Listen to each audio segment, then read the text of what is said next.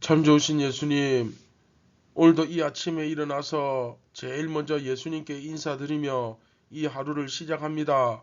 우리가 정신을 똑바로 차릴 수 있도록 예수님 말씀으로 깨닫게 하여 주시고, 또한 우리가 오늘 밤에라도 예수님 찾아오시면 기름 준비하고 주님 맞이할 수 있는 그런 깨어있는, 준비되어 있는 그런 그리스도인이 다 되게 하여 주옵소서.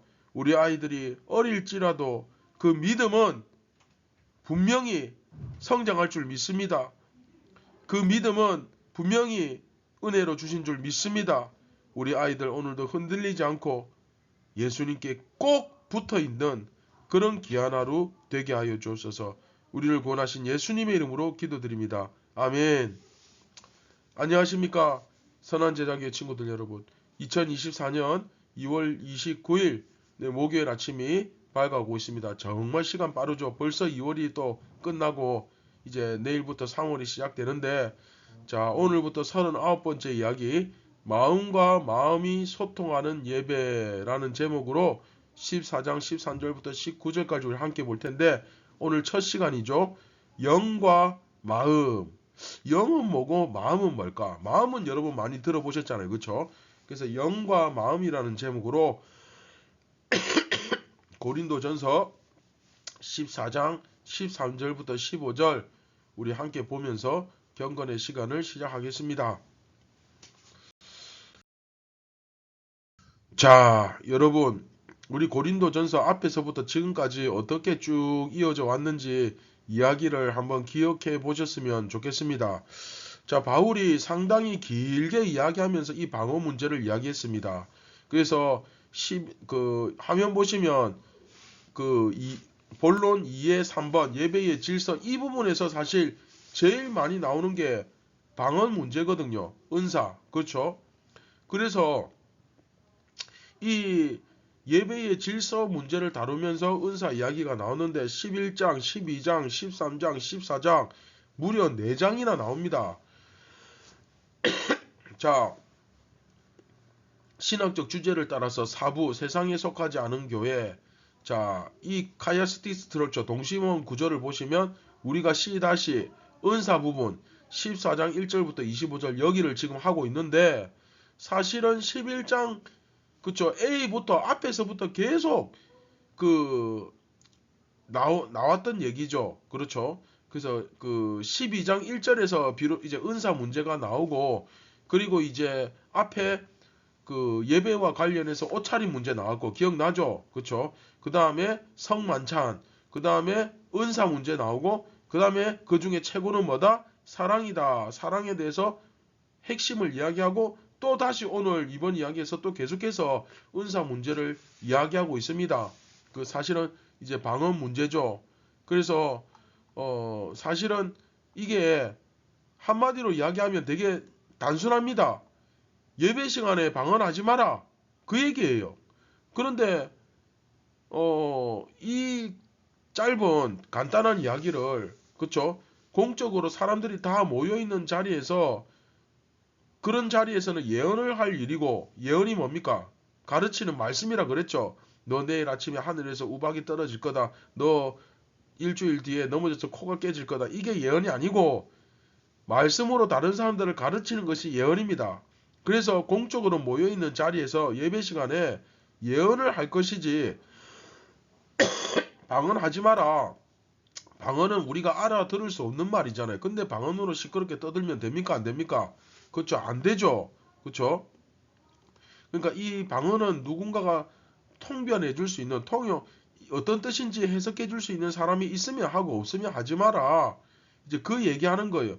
근데 이 얘기를 14장 전체 그리고 더 크게 봐서는 12장, 13장, 14장까지 무려 3장이나 이 짧은 얘기 예배 시간에 방언하지 마라 이 얘기를 이렇게 길게 할 일이냐. 그렇죠? 그 이유 중에 하나가 뭐냐면 그 당시에 이 영적인 어떤 체험, 신비한 체험을 한 사람들이 이런 성도들이 쉽게 말을 안 들어요. 아, 당신이 그런 은사를 경험해 보지 못해서 그런 거 아니냐? 네가 뭘 알아? 너는 영적 깊이가 없어서 그래. 아, 하나님께서 나에게 이렇게 막 감동을 주시고 계속 방언으로 말하게 하시는데 내가 어떻게 방언으로 기도한 것을 멈출 수 있습니까? 막 이제 이런 식으로 나오니까 바울이 길게 구구절절히 설명하는 거예요. 너희는 더욱 큰 은사를 사모해라. 믿음과 소망과 사랑이다. 이게 최고 큰 은사다. 그 중에 최고는 사랑이다. 그쵸? 자, 그 얘기를 하고 있는 겁니다. 네, 같이 한번 말씀을 보겠습니다. 그러므로 방언을 말하는 자는 통역하기를 기도할지니, 자, 오늘도 나오죠. 방언을 말하는 자는 뭐가 있어야 된다? 네, 통역하는 사람. 무슨 뜻인지 해석해 주는 사람이 있어야 된다. 그리고 14절, 내가 만일 방언으로 기도하면 나의 영이 기도하거니와 나의 마음은 열매를 맺지 못하리라. 그러면 어떻게 할까? 내가 영으로 기도하고 또 마음으로 기도하며 내가 영으로 찬송하고 또 마음으로 찬송하리라. 아멘. 자, 오늘 본문 보시면 어 그러므로 방언을 말하는 자는 뭐해라? 통역하기를 기도해라. 옆에서 무슨 뜻인지 해석해 주는 사람이 있어야 된다. 그리고 내가 만일 방언으로 기도하면 나의 영이 기도한다. 내 마음이 기도하는 게. 자, 여기서 이제 영이란 말이 나오고 헬라어로 푸뉴마입니다. 푸뉴마. 그래서 나의 영이 기도를 하는데 나의 마음은 열매를 맺지 못한다. 자, 마음이라는 단어가 나오죠. 헬라어로 누스입니다. 그래서 바울이 영과 마음을 구분해요. 그런데 중요한 건 영으로 기도하면 자, 영이 뭔지부터 설명하겠습니다. 영은 내 생각, 의지, 이성, 그러니까 내 마음, 내가 생각하는 거하고 상관없이 하나님과 연결된 그 내 생명을 이루는 그런 영역이 있다는 거예요. 그래서 영으로 기도하는 걸 내 생각과 마음이 무슨 뜻인지 무슨 소리인지 알지 못해. 왜냐하면 내 생각과 상관없이 존재하는 영역이라서 하나님과 이렇게 통하기는 하지만 이게 알아들을 수가 없다. 그렇죠? 내 생각과 내 마음과 내 의지와 상관없는 부분이다. 그런데 마음은 우리가 흔히 잘 아는 내 생각, 내 의지, 내 머리, 내 이성, 그렇죠? 영어로 마인드거든요. 마인드. 그렇죠? 그래서 컨트롤이 통제가 가능한 그 영역. 두 가지 영역이 있는데 방언은 영이겠습니까? 마음이겠습니까? 그렇죠. 영이죠. 그렇죠. 그러니까 방언으로 기도하면 내가 기도하지만 내가 무슨 뜻인지 알아들을 수 있습니까? 없습니까? 네, 없습니다. 그렇죠? 그래서 영으로 방언으로 기도하면 내 마음은 내 실제 생각과 내 의식과 내 몸은 열매를 맺을 수 있다 없다? 없다. 어차피 못 알아들으니까. 그렇죠? 그래서 영으로도 기도하지만 특히 뭘로 기도해야 돼요? 내 마음으로 기도해야 된다. 여러분들 평소에 하는 기도. 하나님 아버지 오늘도 저희에게 일용할 양식을 주셔서 감사합니다. 하는 이 기도. 그렇죠? 이런 기도를 해야 된다. 영으로 기도하고. 그래서 오늘 표현에 내가 영으로도 기도하고 마음으로도 기도하고 영으로 찬송하고 마음으로 찬송한다. 이게 그 말이에요. 그렇죠? 그러니까 영으로 기도하는 것만 중요한 게 아니고 마음으로 기도하는 것도 중요하다. 마음으로 기도하고 열매를 맺어야 된다. 영으로 기도하면 열매를 못 맺잖아요. 그렇죠? 이해되시죠?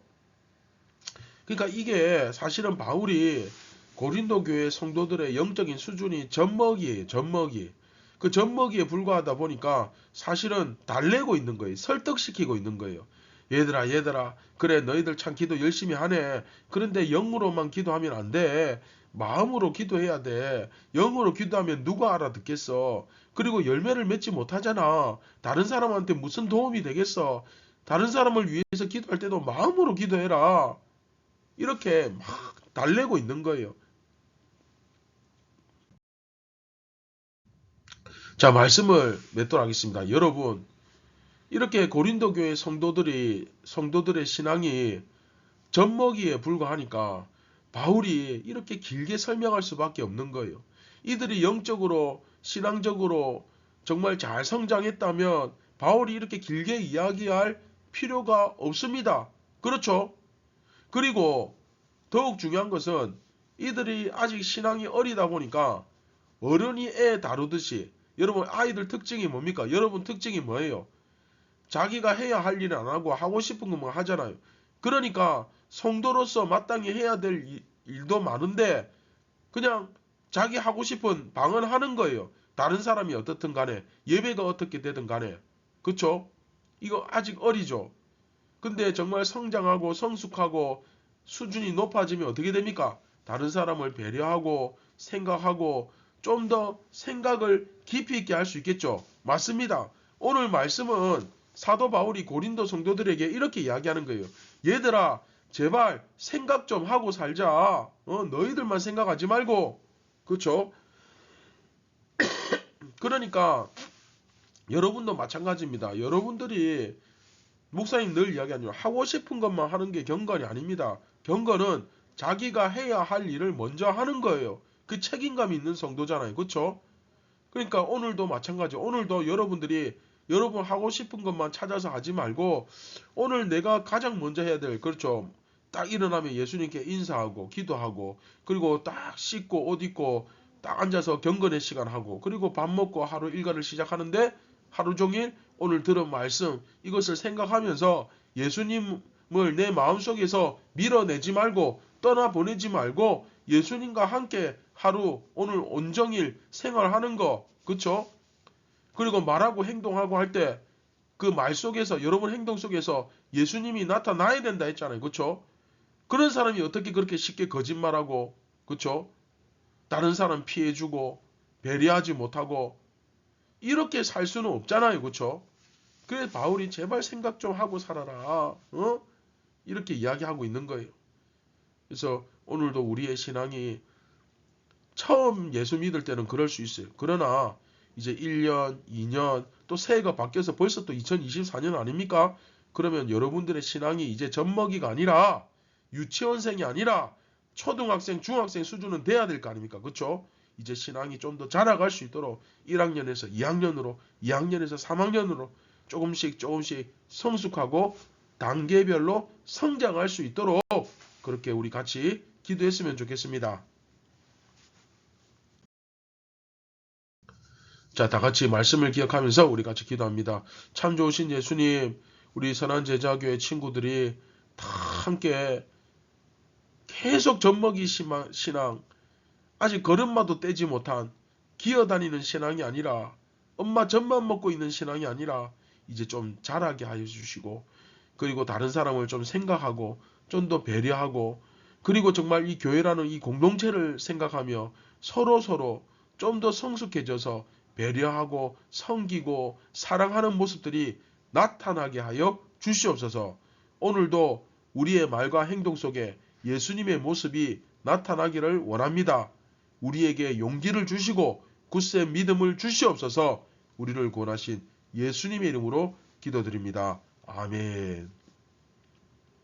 사랑하는 선한 제자교회 친구들 여러분, 오늘도 여러분들이 젖먹이가 아니라 엉금엉금 기어다니는 신앙이 아니라 두 발로 딱 서서 열심히 뛰어다니면서 힘을 내어서 여러분 할 일을 할 수 있는 성숙하고 멋진 그런 아이들로 오늘도 그 여러분들의 믿음과 신앙이 자라가기를 주님의 이름으로 축원드립니다. 감사합니다.